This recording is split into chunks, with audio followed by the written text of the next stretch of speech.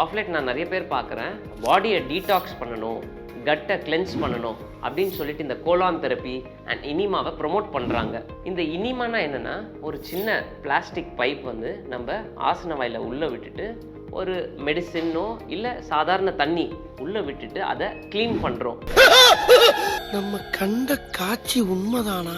இதனால பெனிஃபிட்ஸ் இருக்குது. Of course constipation இருக்கிறவங்களுக்கு இல்லை மோஷன் ஹார்டாகி அங்கே ஸ்டக் ஆனவங்களுக்கு இது கொடுக்கறதுனால அது சாஃப்டன் ஆகி மோஷன் ஃப்ரீயாக வந்துடும். நாங்களுமே நிறைய சர்ஜரி பண்ணுறதுக்கு முன்னாடி இல்லை ஒரு டயக்னோஸ்டிக் ப்ரொசீஜர் லைக் கொலோனோஸ்கோபி பண்ணுறதுக்கு முன்னாடி இந்தமாரி இனிமா கொடுக்குறோம். பட் ஆஸ் அ ருட்டீன் நம்ம பாடியை வந்து டீடாக்ஸ் பண்ணணும், குடலை கிளென்ஸ் பண்ணணும்னு இனிமா இருக்கிறது தேவையே இல்லை.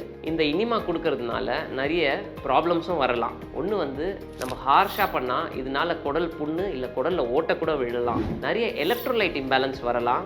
குடலில் இருக்க நல்ல பாக்டீரியாலாம் வாஷ் அவுட் ஆகி எதிர்ப்பு சக்தி கம்மியாகலாம். இன்னொரு பெரிய ப்ராப்ளம் வந்து it has got addictive potential. Enema கொடுத்தாதான் மோஷன் வரும்னு நிறைய பேர் சுற்றிட்டு இருக்காங்க. ஸோ தேவையில்லாமல் இனிமா யூஸ் பண்ணாதீங்க.